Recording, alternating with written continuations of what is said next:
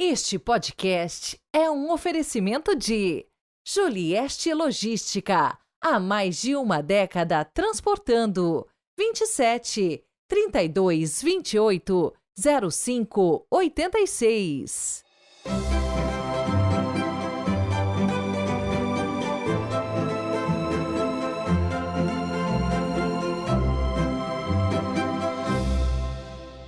Olá, sejam bem-vindos ao podcast deste domingo, Dia do Senhor, 28 de janeiro de 2024.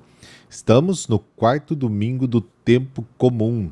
Hoje, quero mandar aquele super abraço para a ouvinte Flávia Ferezin, que nos escuta de Lisboa, Portugal. Muito obrigado, viu, pela sua companhia. Hoje, a igreja celebra o grande doutor angélico, Santo Tomás de Aquino. E cito aqui, para você, uma de suas belas reflexões. Abre aspas. A humildade é o primeiro degrau para quem quer adquirir sabedoria. Fecha aspas. O evangelho de hoje descreve a admiração do povo diante do ensinamento de Jesus e o primeiro milagre que expulsa um demônio.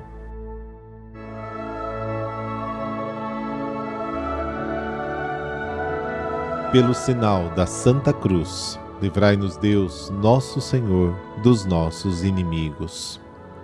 Concedei-nos, Senhor nosso Deus, adorar-vos de todo o coração e amar todas as pessoas com verdadeira caridade. Amém.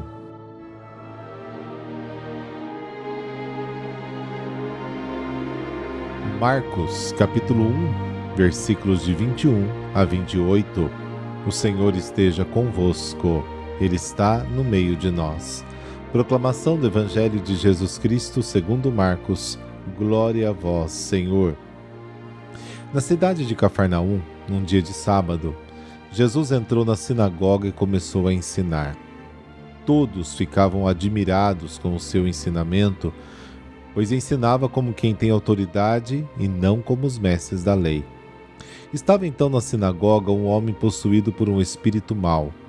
Ele gritou: Que queres de nós, Jesus Nazareno? Vieste para nos destruir? Eu sei quem tu és o Santo de Deus. Jesus o intimou: Cala-te e sai dele. Então o espírito mau sacudiu o homem com violência, deu um grande grito e saiu. E todos ficaram muito espantados e perguntavam uns aos outros: O que é isto? Um ensinamento novo dado com autoridade? Ele manda até nos espíritos maus e eles obedecem. E a fama de Jesus logo se espalhou por toda parte, em toda a região da Galileia. Palavra da salvação. Glória a vós, Senhor.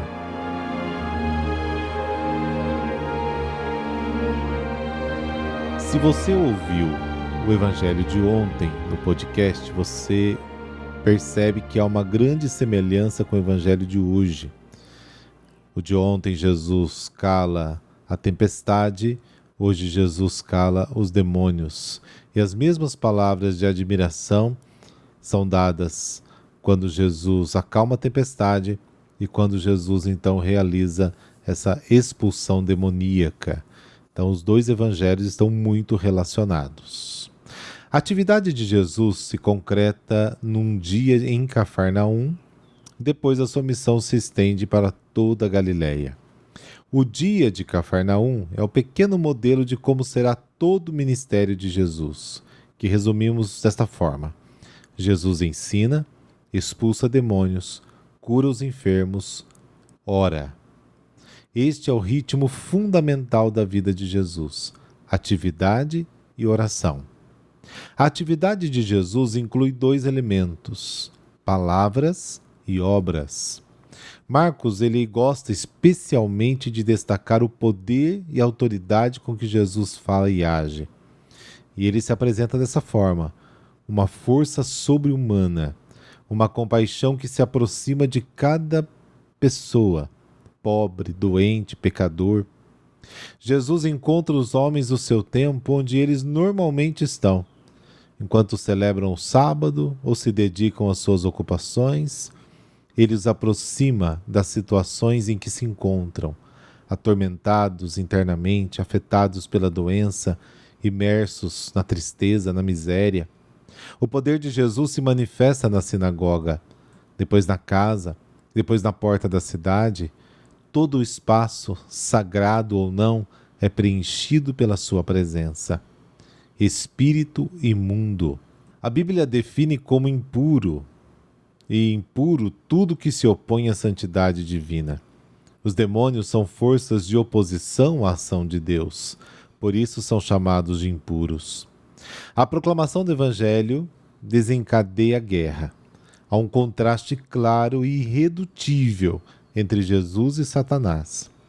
A novidade do Evangelho é a vitória de Jesus sobre o mal, seja qual for a forma em que se apresente.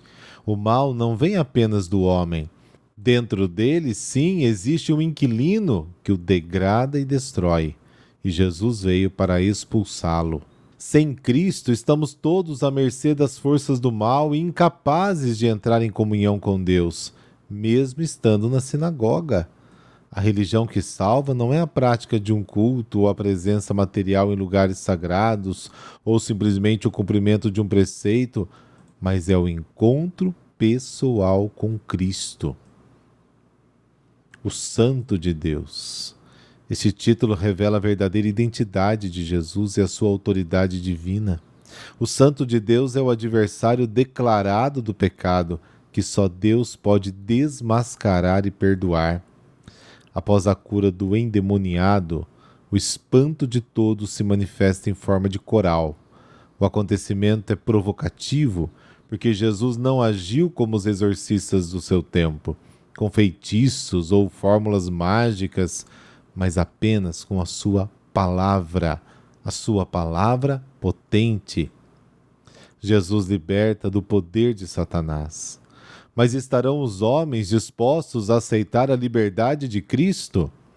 A resposta é apenas parcialmente afirmativa. Se há discípulos que o seguem, há outros, as massas, que se limitam a entusiasmos inconclusivos e a belas palavras. Para Marcos, as pessoas são sempre uma massa que vive na indecisão e muitas vezes prefere a escravidão confortável a exigir liberdade. Mas o discípulo não pode ser assim. É preferível o incômodo da liberdade, sair das garras do inimigo, do que estar confortavelmente em suas mãos. Confortável? Aparentemente, é claro.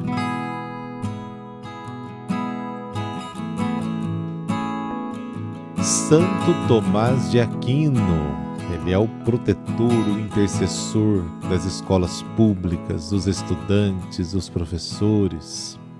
A vida e a obra de Tomás de Aquino são tão grandiosas que mesmo um resumo apenas razoável é difícil de fazer.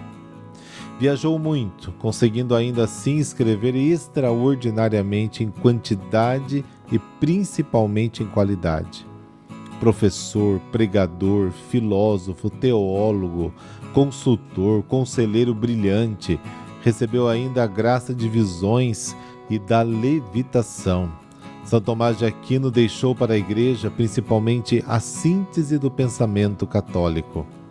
Tomás nasceu em Roca Seca, no condado de Aquino, região do Lácio, na Itália, entre 1225 e 1227. Sua nobre família desejava para ele um alto cargo civil ou eclesiástico, e tudo fizeram para impedi-lo de seguir a vocação na ordem mendicante dos dominicanos, até mesmo o prendendo e o levando a uma prostituta para tentá-lo. Mas nada disso adiantou, e ele foi ordenado sacerdote em 1244 em Nápoles. No ano seguinte, estudou com São Alberto Magno, em Paris, que o levou para lecionar em Colônia, Alemanha. Em 1252 voltou a Paris, onde se formou mestre em teologia e lecionou durante 3 anos. E aí se seguiram Nápoles, Orvieto, onde completou a Suma contra os gentios, Roma, novamente a Paris, Em 1272, Tomás pediu licença da Universidade de Paris quando os dominicanos da sua província natal o convocaram para fundar uma espécie, um estúdio general, uma espécie de universidade, na cidade de Nápoles. Em 1273, terminou a Suma Teológica, que só foi completada até a questão 90 da terceira parte, porque no dia 6 de dezembro, Tomás comunicou ao padre Reginaldo de Piperno, seu amigo e secretário, que não escreveria mais, porque na igreja, após uma revelação sobrenatural, havia entendido, meio que por comparação, que tudo que escrevera não passava de palha. Em 1274, convocado pelo Papa Gregório X, viaja para participar do Concílio de Lyon. No caminho, montado num burro, bateu a cabeça num galho de uma árvore tombada e ficou seriamente ferido, e foi levado às pressas para Monte Cassino. Depois de descansar por algum tempo, tentou seguir viagem, mas teve que parar doente na abadia cisterciense de Fossa Nuova. Faleceu sem completar 40 anos, dia 7 de março de 1274. Sua festa, no dia 28 de janeiro, comemora o traslado do seu corpo para Tolosa. Ele foi proclamado doutor da igreja, doutor angélico, como eu disse, e é patrono de todas as universidades, academias, escolas católicas também do mundo todo. Para sua canonização houve a contestação de que não havia milagres que a comprovassem, ao que o Papa João XXII respondeu: quantas proposições teológicas ele escreveu, tantos são os milagres que fez. Contudo, são verídicos os testemunhos de sua levitação em êxtase em Nápoles, Orvieto e Paris. A importância do legado teológico de São Tomás aparece em destaque na síntese coerente da racionalidade presente na filosofia de Aristóteles com os princípios e tradição católicos. Defendia também que a política deveria estar subordinada à Igreja, porque possui um conteúdo ético, busca pelo bem comum, respeita aos direitos dos seres humanos e busca pela moral. Nesta linha de pensamento, a filosofia tomista une harmoniosamente a fé e a razão, a perspectiva abandonada, ignorada ou combatida por outras propostas. Das suas talvez 50 eminentes obras podem ser consideradas principais: Verdade e Conhecimento, Summa contra Gentiles, que é a Suma contra os gentios, e a Summa Teológica. E também, é claro, os maravilhosos textos litúrgicos para a festa de Corpus Christi, usados até hoje, compostos a pedido do Papa Urbano IV. A teologia do Aquino, como também é conhecido Santo Tomás, pela sua origem em Aquino, por Aquinate, entende-se igualmente o conjunto de sua obra é obrigatório e fundamental para o catolicismo, e de tal forma que, nas palavras do Papa Bento XV, abre aspas, a Igreja declarou os ensinamentos de Santo Tomás como seus próprios, fecha aspas. Não pode haver maior elogio, considerando que a Igreja é instruída pelo Espírito Santo. A grandeza de Santo Tomás, proporcional à sua obra, pode igualmente ser equiparada por aquele enunciado que nós fizemos no início deste podcast. O primeiro degrau para a sabedoria é a humildade. E aí nos lembramos de Maria, a mais humilde das criaturas, que exatamente por isso mereceu ser mãe do Verbo Divino. Decorrente dessa sua postura de vida, se segue a simplicidade do que pôde ser avaliado como seu entendimento sobre o saber. Abre aspas. Para aqueles que têm fé, nenhuma explicação é necessária. Para aqueles sem fé, nenhuma explicação é possível. Fecha aspas. Sabe quem disse isso? Um bem-aventurado brasileiro. Não sei se você conhece, o padre Donizete, lá de Tambaú, São Paulo. Se você conhece, deixa aí nos comentários.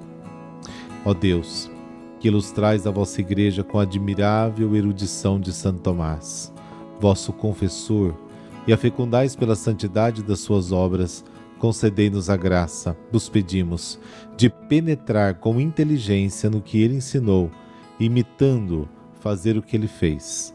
Amém. Por intercessão de Santo Tomás de Aquino, dessa bênção de Deus Todo-Poderoso, Pai, Filho, Espírito Santo. Amém. Bom domingo e até amanhã, se Deus quiser.